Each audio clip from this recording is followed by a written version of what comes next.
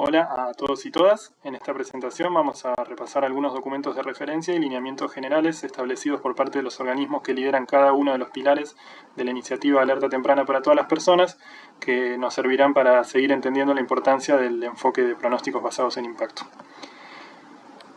En primer lugar, comenzaremos con el marco de Sendai, sobre el cual se ha encomendado a la Oficina de las Naciones Unidas para la Reducción del Riesgo de Desastres que preste apoyo en su implementación, seguimiento y revisión.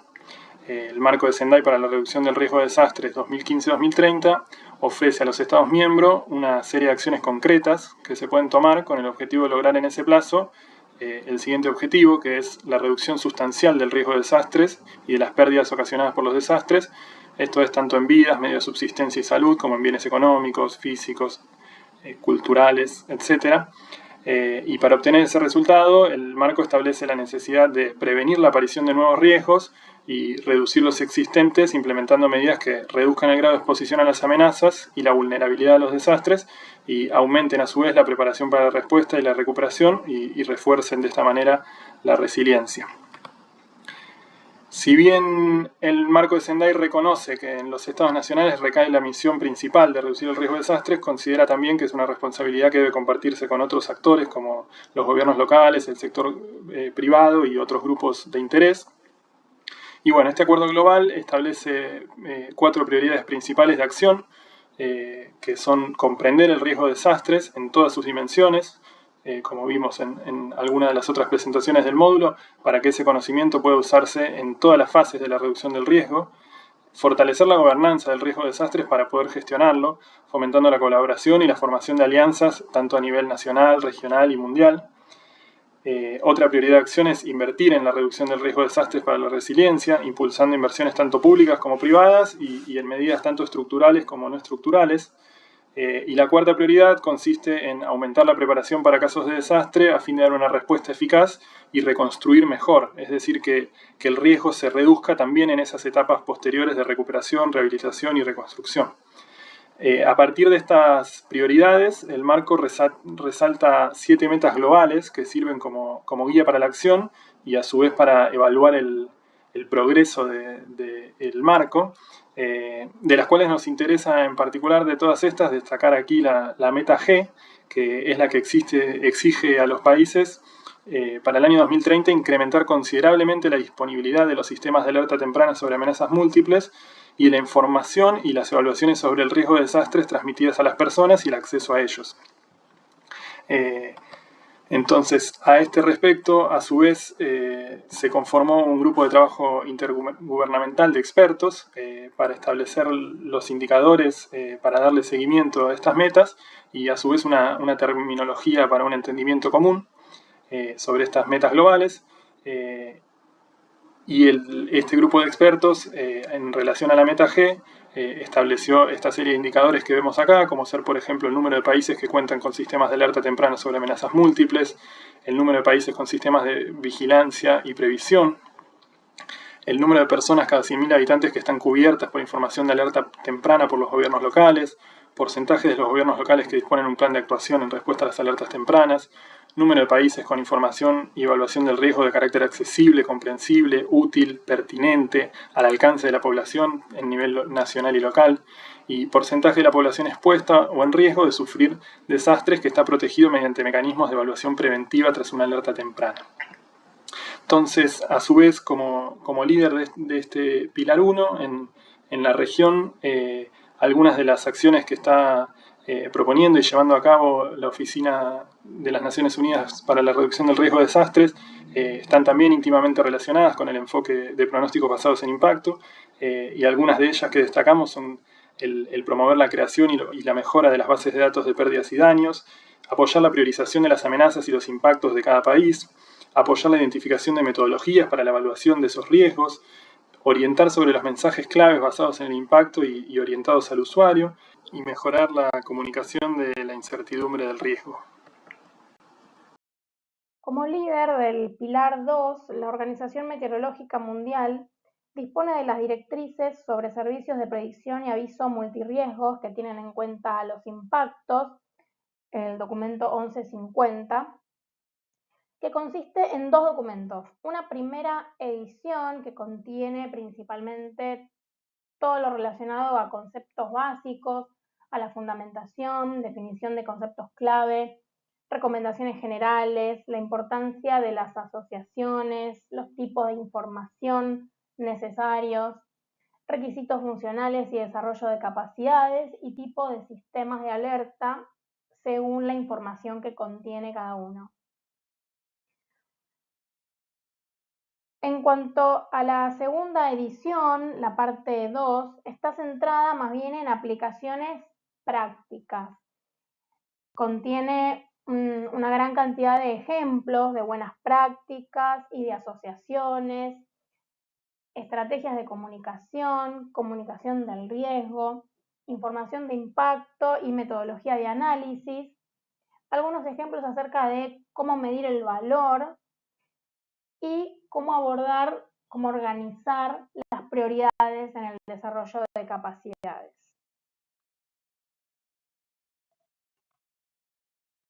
A modo de resumen del contenido de la parte 1 de las directrices, estas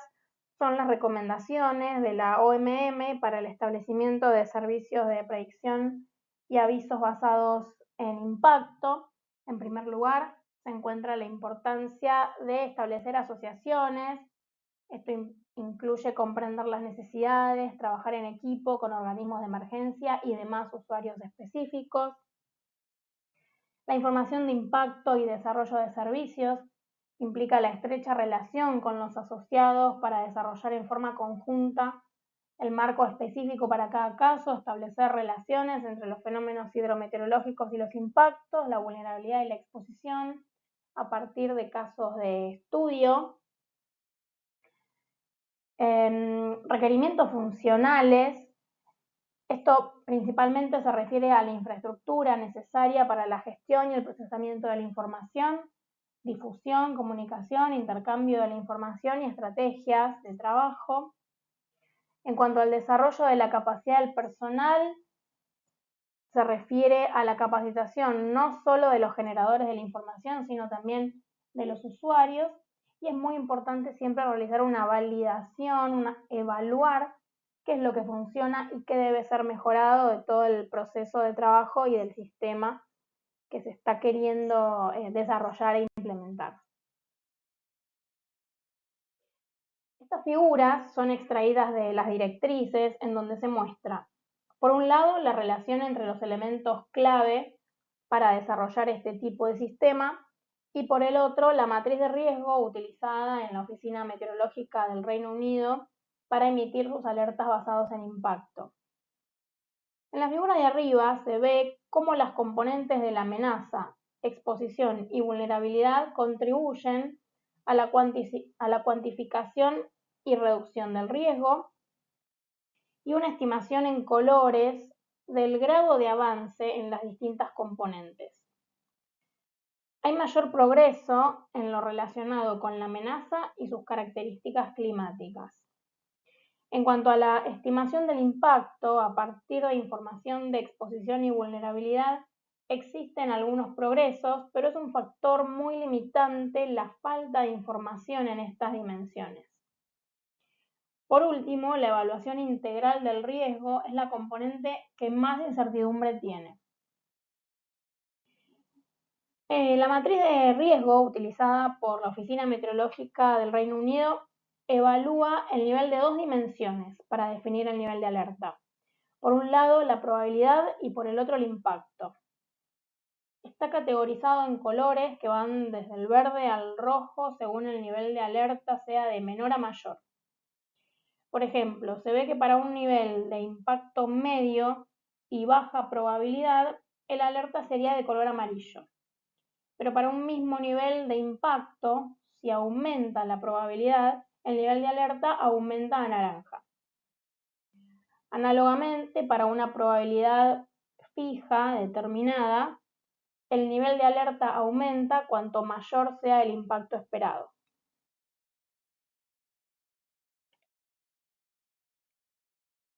Este es un resumen del contenido de la segunda parte de las directrices de la Organización Meteorológica Mundial,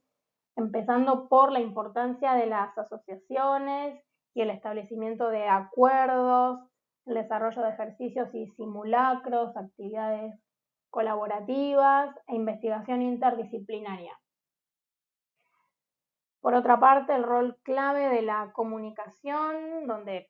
es muy importante que el formato sea claro, definir una voz autorizada y generar confianza, realizar campañas de divulgación y abordar la comunicación a través de distintos medios y formatos. En cuanto a la comunicación efectiva del riesgo, es muy importante para la comprensión integral del riesgo la participación de los usuarios,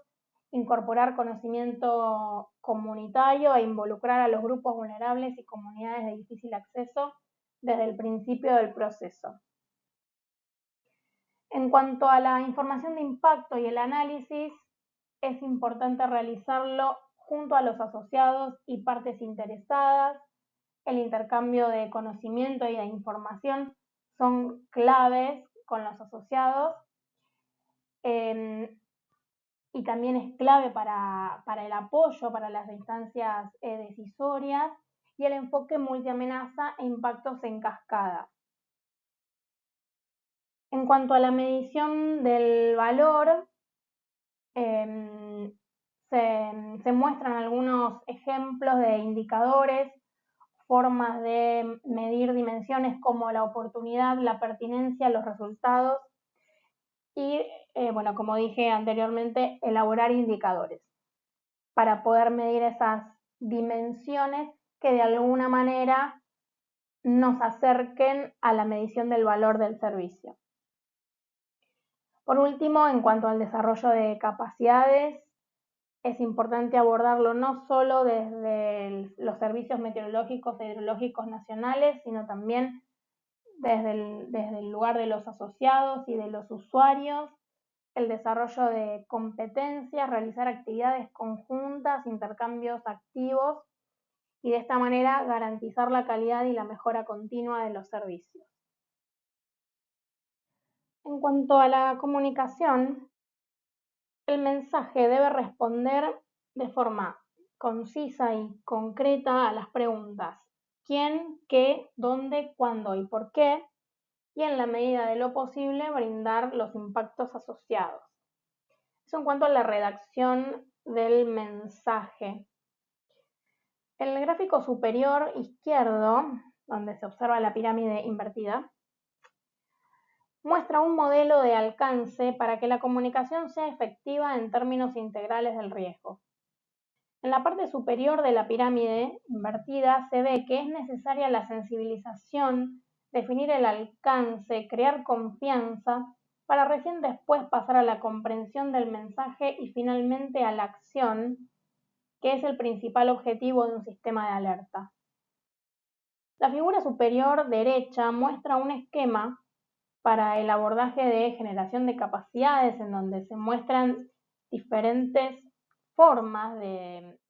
realizar las capacitaciones. Por ejemplo, puede ser a través del aprendizaje autodirigido, a través de talleres, simulaciones, tutorías, formación en el puesto de trabajo, asistencia a simposios y seminarios, entre otros recursos. En el panel inferior se muestran algunos ejemplos de posibles mediciones o indicadores para la medición del valor del sistema. El gráfico de barras muestra que para el ganado equino, por ejemplo, la tasa de mortalidad disminuye significativamente en los hogares que han recibido ayuda de la financiación basada en las predicciones. Mientras que la tabla muestra algunos ejemplos de indicadores y posibles formas de medirlos o de cuantificarlos. Por ejemplo, si quisiéramos medir la comprensión, se podría relevar, por ejemplo, el porcentaje de interpretaciones correctas a través de la realización de entrevistas o encuestas. Bueno, en este caso, como organización que lidera el Pilar 3 de difusión y comunicación de alertas, la Unión Internacional de Telecomunicaciones, en el marco de la iniciativa de alerta temprana para todas las personas, concentra sus esfuerzos en lograr estos 4 resultados esperados. En primer lugar, en lo que tiene que ver con la gobernanza, se espera que todos los países logren acordar las funciones, roles y responsabilidades de cada actor en el proceso de emisión y difusión de alertas, y que esto se defina a través de la política gubernamental. En segundo lugar, en relación con la infraestructura de redes y servicios, se espera que todos los países dispongan de un sistema multicanal de difusión y comunicación de alertas para poder garantizar mediante esto que las alertas lleguen a todas las personas que se encuentren en una situación de riesgo. En tercer lugar, se propone un enfoque de inclusión y centrado en las personas como algo transversal para asegurarse canales ampliados de difusión de alertas, retroalimentación con los usuarios que garantice que la información es útil y comprensible y que pueda llegar a todas las personas independientemente de sus desigualdades en el acceso a la información. Y en cuarto lugar, se espera como resultado esperado en relación a la calidad y confianza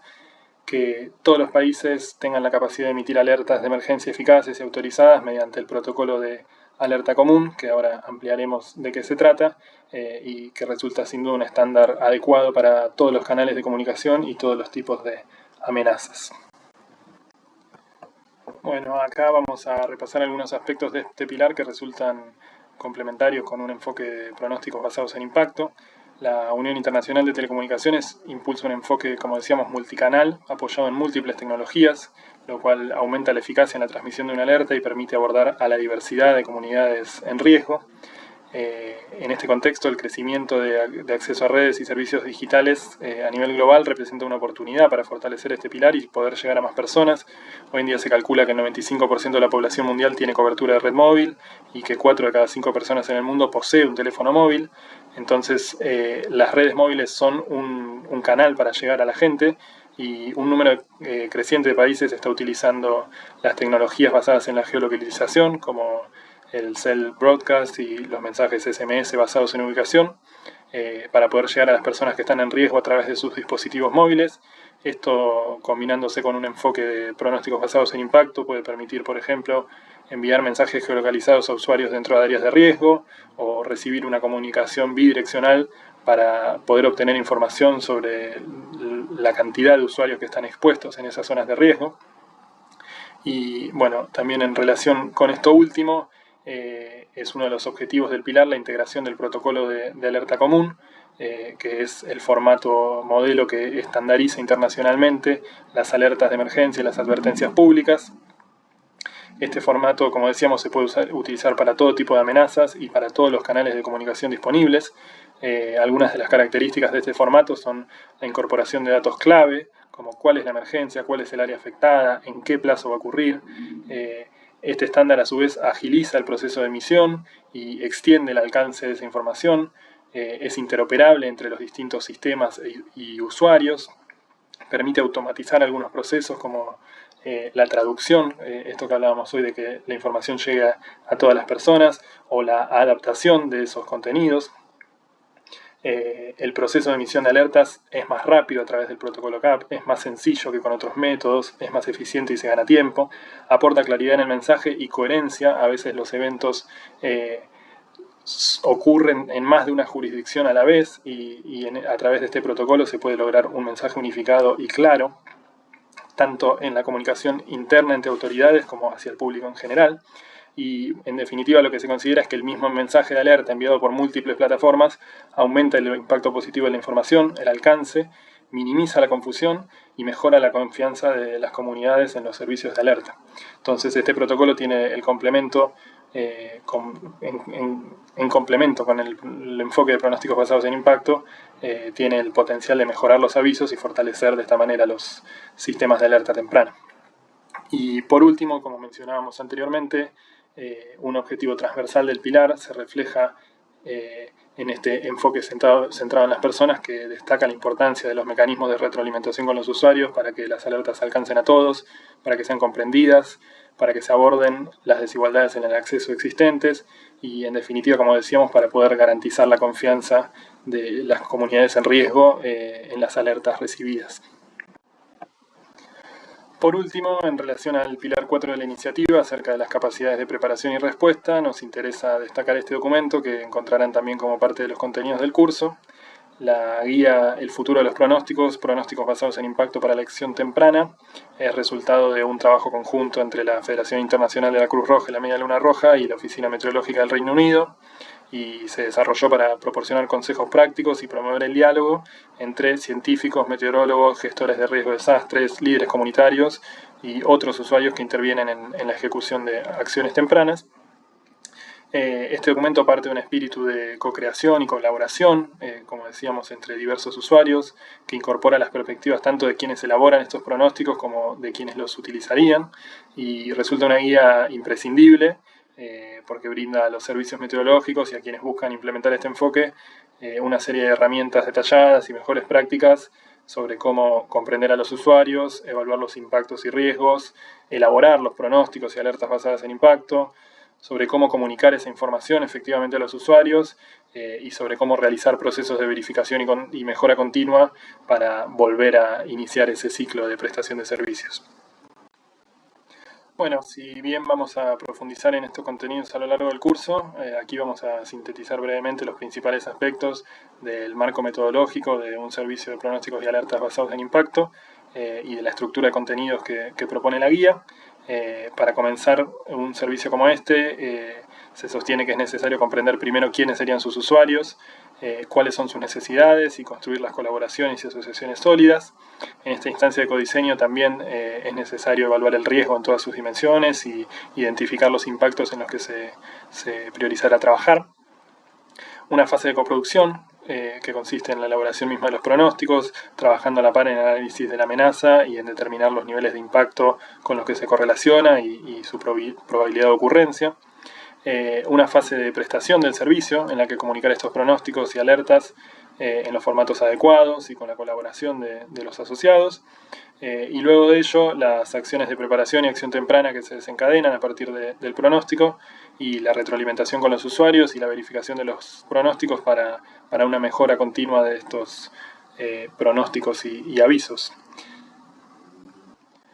Bueno, y aquí ya a modo de síntesis de los contenidos de la guía, este documento recorre cada una de estas instancias con recomendaciones de aplicación práctica, herramientas o recursos disponibles para llevarlas a cabo, ejemplos y estudios de caso que orientan las buenas prácticas de cada uno de estos procesos.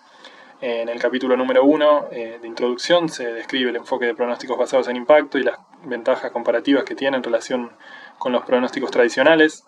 En el segundo capítulo se destaca la importancia de comprender a quienes serán los usuarios de estas herramientas, la importancia de fortalecer las asociaciones y atender a los aportes de los usuarios en todas las etapas de un producto o de desarrollo de un producto. Se brindan algunas estrategias para poder identificar a los usuarios, analizar las necesidades de los mismos y buscar satisfacer sus requisitos en diálogo con los productos o servicios ya disponibles. En el tercer capítulo, acerca de la comprensión del riesgo y el impacto, se brindan algunas definiciones conceptuales y se destaca la importancia esencial de las evaluaciones de riesgo e impacto en este tipo de pronósticos. Para eso, como vamos a ver a lo largo del curso, la guía brinda los pasos a seguir para recolectar información, identificar cada una de las amenazas e impactos, criterios para priorizar una amenaza en caso de ser necesario, algunas herramientas o construcción de indicadores para datos de exposición y vulnerabilidad y para poder establecer las correlaciones entre los niveles del impacto y los umbrales de la amenaza. En el cuarto capítulo, acerca de la importancia de las asociaciones y la colaboración, el documento destaca los beneficios que se pueden obtener de estas asociaciones, la importancia de distribuir con claridad las responsabilidades, algunos desafíos que pueden surgir en este tipo de vínculos y también algunos casos exitosos de donde obtener lecciones aprendidas al respecto. En el quinto capítulo, ya adentrándonos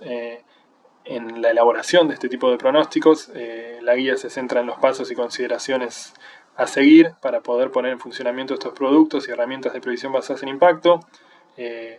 ¿Cómo llevar a cabo esto? Eligiendo una amenaza y un sector de usuarios, determinando el nivel y la probabilidad del impacto. Destaca la importancia de las verificaciones, que también lo vamos a ver en un capítulo más adelante. Cómo integrar la evaluación de riesgos en mapas y matrices de riesgo, los plazos de elaboración y entrega y actualizaciones de este producto y algunos software para elaborar este tipo de pronósticos o visualizaciones, el contenido básico que deben tener los pronósticos y alertas basados en impacto, la posibilidad de implementarse proyectos piloto o de prueba en fases preliminares y ejemplos de visualización de esta información en mapas de intervención. En el capítulo número 6 ya nos adentramos en lo que tiene que ver con la comunicación de esta información que ya se ha elaborado. Acá se detalla la comunicación y la difusión como un elemento central posterior al desarrollo de estos pronósticos. Esto implica seleccionar qué información queremos comunicar y elegir los métodos y tecnologías adecuados para difundir los mensajes a los usuarios. Esto, como vamos a ver, también tendrá que ver con el sector de usuarios y con sus necesidades. Para esto la guía da herramientas para comprender quiénes van a ser los usuarios destinatarios y seleccionar las estrategias más adecuadas, identificando qué comunicar, los factores de diseño a tener en cuenta para dar mensajes claros, fáciles y útiles para ese usuario, la coherencia que deben mantener los distintos pronósticos, por ejemplo, entre un formato visual y un formato de texto, cómo comunicar el riesgo y la incertidumbre propia de los pronósticos, la importancia de las recomendaciones de acción para reducir los impactos, ya que tanto usuarios de sectores específicos como el público en general pueden resultar más propensos a tomar acciones cuando reciben este tipo de información. Una recomendación general aquí tiene que ver con la jerga o los tecnicismos, es decir, evitar el uso de palabras complejas que puedan no ser entendidas por los usuarios y utilizar un lenguaje adecuado a quienes son los destinatarios. Una declaración semejante, como mencionábamos anteriormente, tiene que ver con el idioma, debiéndose comunicar en todas las lenguas que se hablan en un país o región y en caso de no ser posible, establecer asociaciones para que socios colaboradores colaboren en la traducción. El público destinatario debe, como decíamos, determinar la tecnología o los canales de preferencia para la difusión de esta información, y no solo los servicios hidrometeorológicos los difunden, sino también que múltiples organizaciones y colaboradores lo van a hacer, entonces eso requiere un trabajo conjunto para que el mensaje sea coherente y unificado. Y para finalizar, posterior a la comunicación, es importante, como cierre del proceso, llevar a cabo procesos sólidos de verificación y de revisión que garanticen que los productores de previsiones y alertas puedan justificar cualquier decisión que se tomó durante el proceso, así como identificar las áreas que deban mejorarse o mantenerse. Esto es fundamental para, como decíamos, sostener la confianza en esta información. La verificación proporciona una visión crítica de la precisión y eficacia de las previsiones y posibilita mejoras. Y los sistemas de verificación deben evaluar si una previsión o alerta proporcionó información eficaz al público destinatario. Uno de los principales objetivos de esto es impulsar acciones tempranas y mitigar los impactos. Por lo tanto, una previsión y una alerta eficaces deben reducir los impactos. Las medidas deben tenerse en cuenta durante cualquier verificación de este tipo de pronósticos, es decir, las medidas que se lograron llevar a cabo a partir de la información. Y bueno, por último, el documento también da algunas indicaciones o herramientas